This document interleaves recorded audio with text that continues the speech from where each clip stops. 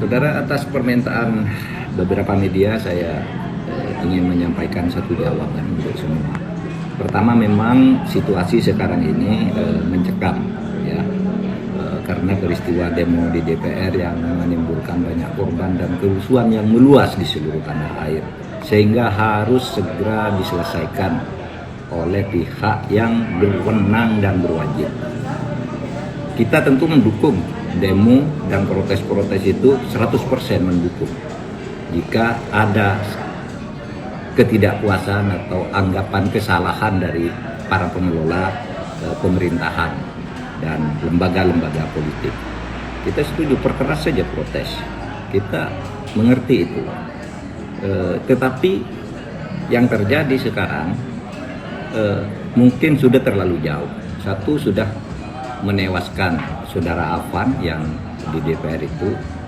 Jangan lupa, di Makassar juga diberitakan hari ini 3 orang tewas ketika gedung DPRD itu diserbu oleh massa dan dibakar.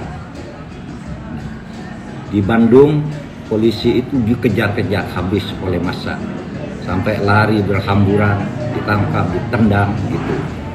Itu sudah tidak sehat. Tetapi juga di gerbang Pemuda Sentral di Jakarta ada video beredar sekelompok brimob menangkap seseorang yang sedang demo, lalu dibawa ke flyover, dia sendirian dikeroyok, ditendang dan dipukul rame-rame. Banyak juga polisi yang berbaring di rumah sakit dalam keadaan luka parah. Bahkan ada polisi yang diculik dari Brimob Metro yang wajahnya luka luar biasa, bahkan badannya juga dipaku. Di jalan-jalan sekarang, yang terutama di depan beberapa polres yang tadi pagi saya lewat ketika menuju bandara, menuju Halim, itu banyak bangkai-bangkai mobil dan bekas bangunan-bangunan dijebol karena penjarahan. Oleh sebab itu, saudara, mari kita sadari bahwa ini tidak bagus, harus kita selesaikan. Para demonstran, saya tetap mendukung, tapi mari terukur juga agar negara ini selamat. Kepada petugas lapangan juga supaya tidak sewenang-wenang. Saya paham petugas lapangan itu terjepit. Di satu sisi dia harus bertugas mengamankan situasi, misalnya tidak boleh sampai pagar DPR itu jebol atau pintu-pintu tertentu di DPR jebol. Itu saya memahami, itu tugas aparat yang merupakan perintah dari atasan. Tapi juga dia di lapangan menghadapi massa yang sudah mulai sangat marah. Nah, oleh sebab itu ini yang harus bertanggung jawab adalah atasan dalam memberi komando itu supaya cermat dari waktu ke waktu gitu. Jangan sampai terjadi korban di kalangan aparat dan rakyat.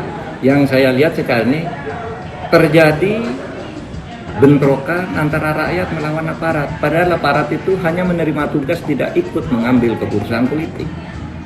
Jadi korban.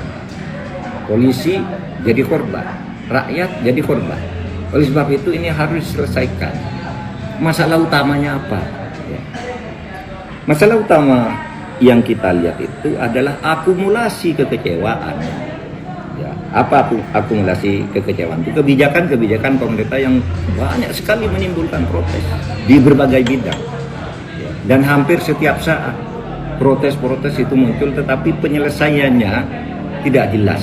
Hanya seperti ngasih permen lalu timbul lagi kebijakan-kebijakan yang menjadi persoalan baru bagi masyarakat.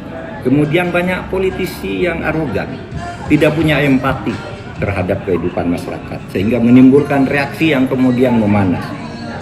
Lalu saya melihat juga tak menentunya proses penegakan hukum.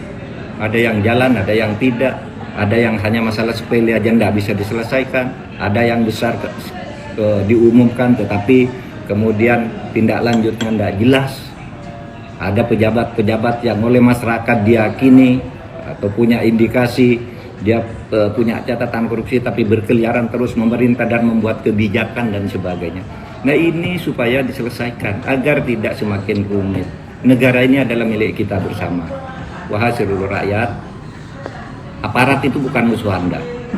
Wahai aparat, rakyat itu bukan musuh Anda. Anda harus menanggung akibat karena kebijakan-kebijakan dan para pejabat dan pemimpin yang korup sebenarnya.